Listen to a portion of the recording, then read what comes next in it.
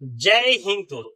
बता दूं कि जो भी बच्चे 12 पास कर लिए हैं उनके लिए भारत सरकार एक स्कॉलरशिप देती है जिसको बोलते हैं एनएसपी स्कॉलरशिप। अब बात ये है, ये स्कॉलरशिप कौन से छात्र अप्लाई कर सकते हैं? तो इसके लिए एक कट ऑफ लिस्ट जारी किया जाता है जो कि कर दिया गया है, जिसके अंदर साइंस वाले बच्चे, आर्ट्स वाले बच्चे और कॉमर्स वाले बच्चे सबका अलग कट ऑफ होता है। उसके साथ साथ एक कैटेगरी वाइज भी कट ऑफ होता है, जैसे general, EWS, BC, EBC, SC, ST. चूंकि बिहार में बीसी ईबीसी अलग अलग है, ओबीसी के नाम से नहीं है, तो उनके लिए भी अलग से ये कट ऑफ लिस्ट जारी किया है। अब ये समझने वाली बात है कि जैसे बिहार में एक पीएमएस स्कॉलरशिप चलता है, पोस्ट मैट्रिक स्कॉलरशिप। क्या पीएमएस स्कॉलरशिप और नेशनल स्कॉलरशिप दोनों एक ही है? उसके साथ साथ एक बहुत सारे बच्चों के मन में क्वेश्चन उठ रहा है कि मान लीजिए अगर हम ऐसा है कि हम एनएसपी में मेरा लिस्ट में नाम आया है और एनएसपी के साथ साथ मैं जैसे पीएमएस पोस्ट मैट्रिक के लिए भी मैं कैटेगरी वाइज में हूं, तो क्या मैं इस दोनों स्कॉलरशिप को एक साथ अप्लाई कर सकता हूं? तो ये सबसे बड़ी आपके मन में बात है। तो पूरा वीडियो लास्ट तक देखिए, सारे चीजों को मैं एकदम क्लियर करके आपको बताने वाला हूं, और जो भी लोग इस वीडियो के थ्रू समझ जाएंगे वो अपना अच्छा खासा पैसा स्कॉलरशिप का सरकार के द्वारा प्राप्त कर सकते हैं।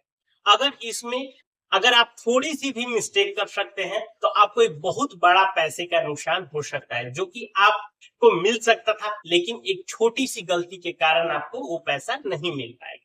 इसीलिए वीडियो को लास्ट तक देखिए, और जो भी लोग हमारे चैनल पे नए हैं वो हमारे चैनल को जरूर सब्सक्राइब करके रखिए। हम इसी तरह का इंपॉर्टेंट वीडियो आपके लिए देखिए। सबसे पहला बात है एनएसपी, नेशनल स्कॉलरशिप। पहले समझ लीजिए कि नेशनल स्कॉलरशिप होता क्या। देखिए, नेशनल स्कॉलरशिप होता है ये भारत सरकार के द्वारा दिया जाता है। अब मैं बता दूं कि चूंकि मैं बिहार से हूं, यहाँ पे जो मैं वीडियो कर रहा हूँ बिहार वाले बच्चे के लिए प्रॉपर ये शूट कर रहा हूँ। बिहार वाले जितने भी कंडीशन है सारे चीजों को मैं बताने वाला। तो बिहार में जो भी कॉलेज यूजीसी ये के तहत अफिलिएटेड है, मतलब भारत सरकार के तहत जो भी कॉलेज अफिलिएटेड है उनके थ्रू ये आपको स्कॉलरशिप दिया जाता है। अब देखिए, सबसे पहला चीज, कौन आवेदन कर सकता है। देखिए, आवेदन करने से पहले आपको ये चीजें जाननी है कि क्या मैं इसके लिए एलिजिबल हूं, मतलब मैं इसके लिए हूं या नहीं। इसके लिए एक एनएसपी का कट ऑफ लिस्ट जारी किया गया है, ठीक है। कट ऑफ लिस्ट में बता दूं, साइंस का अलग होता है, कॉमर्स का अलग होता है और आर्ट्स का अलग होता है। जो भी बच्चे साइंस, कॉमर्स और आर्ट्स में 12th पास किए हैं उनकी एक पूरी बड़ी लंबी लिस्ट जारी किया गया है। पूरे बिहार का ये लिस्ट है। अगर हम बात करें साइंस वाले बच्चे का तो 4332 पेजों का एक पीडीएफ है, ठीक है। ये अगर आर्ट्स के बच्चों को बात करें तो 5085 पेजों का एक पीडीएफ है। उस पीडीएफ में सबका नाम है। कॉमर्स का कम होता है तो इसे 156 पेज का एक पीडीएफ है। तो ये पेज ऑफ पीडीएफ है। अब बोलेंगे कि सर मेरा इस पीडीएफ में नाम है या नहीं है, मैं कैसे पता करूं? उसके लिए आप मेरे डिस्क्रिप्शन बॉक्स में जाइएगा, वहां पे लिंक दिया हुआ है। आप लिंक को जैसे ही खोलेंगे आपका पूरा पीडीएफ खुल जाएगा। आप पीडीएफ को डाउनलोड कर लीजिएगा। डाउनलोड करने के बाद आप अपना रजिस्ट्रेशन नंबर से सर्च करिएगा। अगर आपका नाम आता है, देखिएगा नाम, पिताजी के नाम, कैटेगरी, सारी चीजें वहां पे दिखेगा। अगर आपका लिस्ट में नाम है तो आप समझिए कि आपको आप स्कॉलरशिप के लिए आवेदन है। मैं उससे भी एक आपको अच्छे मतलब आपके सहूलियत के लिए मैं एक पूरे कट ऑफ का लिस्ट बना दे, जो कि मैं बता दूं कि ये कोई नहीं बताया होगा। जितने भी सभी लोग बता दिए होंगे कि एनएसपी का फॉर्म भरा जा रहा है, लेकिन कट ऑफ क्या है ये मैं बता रहा हूँ। देखिए, साइंस कैटेगरी के बच्चे अच्छे से अगर हो सके तो इसको स्क्रीनशॉट इतने का मार लीजिए, इससे आपको समझने में बाद में अच्छा लगेगा। और ये है देखिए category wise, general, EWS, BC, EBC, SC और एसटी। अगर कोई बच्चा साइंस में पास किया है, वो अगर जनरल कैटेगरी का है तो 339 नंबर ये इसका कट ऑफ है। मतलब 339 नंबर से अगर जनरल कैटेगरी का कोई भी बच्चा होगा, इसका इससे ऊपर नंबर है तो उसका इस लिस्ट में नाम होगा ही।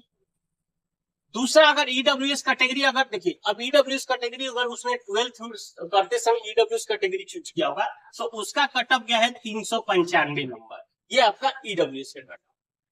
बीसी का कट ऑफ देखिए, क्योंकि बिहार में बीसी ईबीसी दो कैटेगरी चलता है, 340 नंबर ये आपका मिनिमम कट ऑफ है।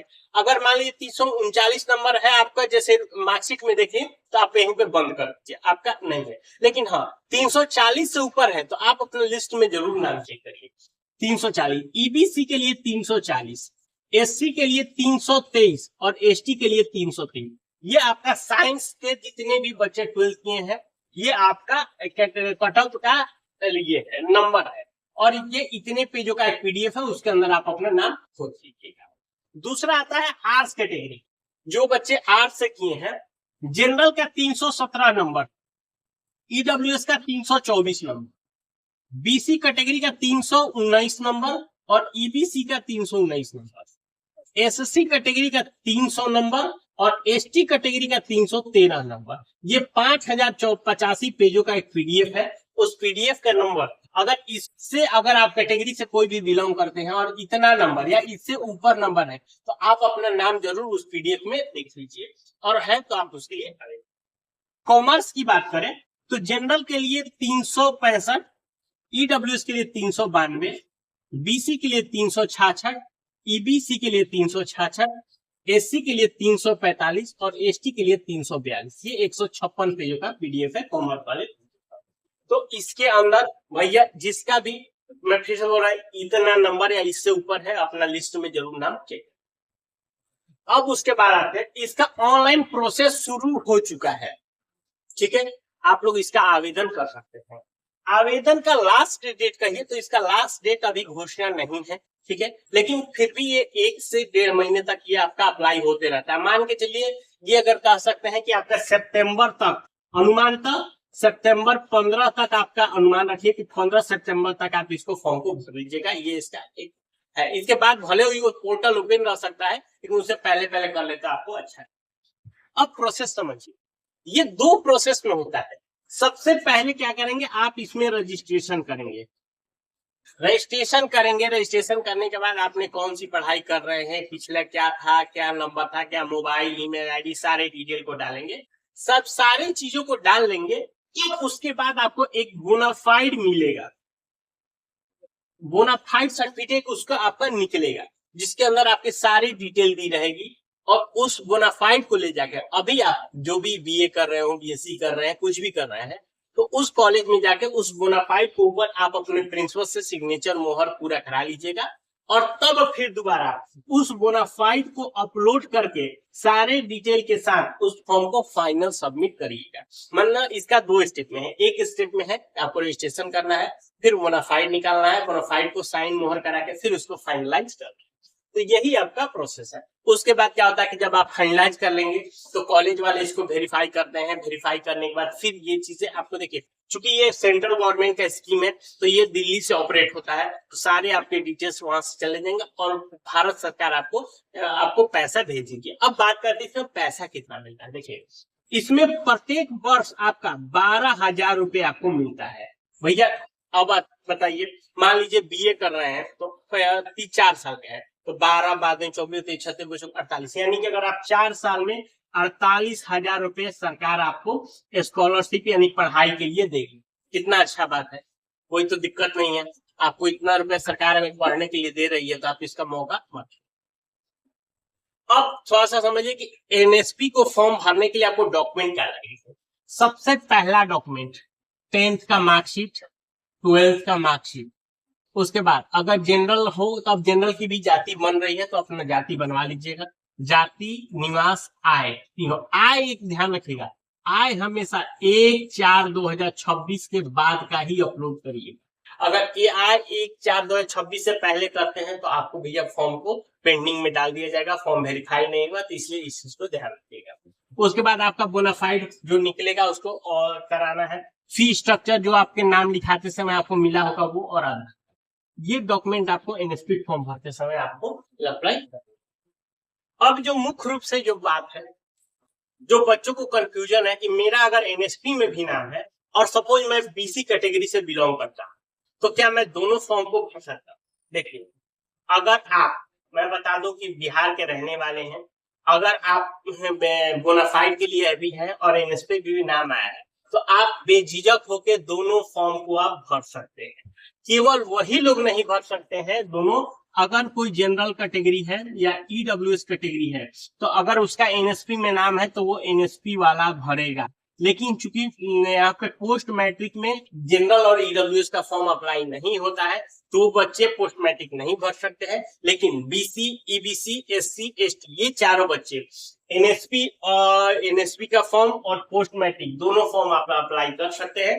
अब दोनों फॉर्म इसलिए अप्लाई कर सकते हैं कि एक जो स्कॉलरशिप है वो केंद्र सरकार देती है, तो केंद्र सरकार आपको देगी एनएसपी का स्कॉलरशिप, और जो पोस्ट मैट्रिक है वो बिहार सरकार देती है, तो बिहार सरकार देगी। यानी कि अगर आप अच्छा खासा अगर सही से सारी चीजों को करते हैं तो 48,000 तो ये मिलेगा, और बीए में मैं बता दूं कि 20,000 रुपया पोस्ट मैट्रिक के आपके 4 साल के लगभग मैं अंदाज कर रहा हूँ, तो ये मिलेगा। यानी कि आपको 4 साल में 68,000 रुपया आप सरकार की तरफ से पढ़ने के लिए पैसा ले सकते हैं, अगर आप सही से सारे फॉर्म को करते हैं तो।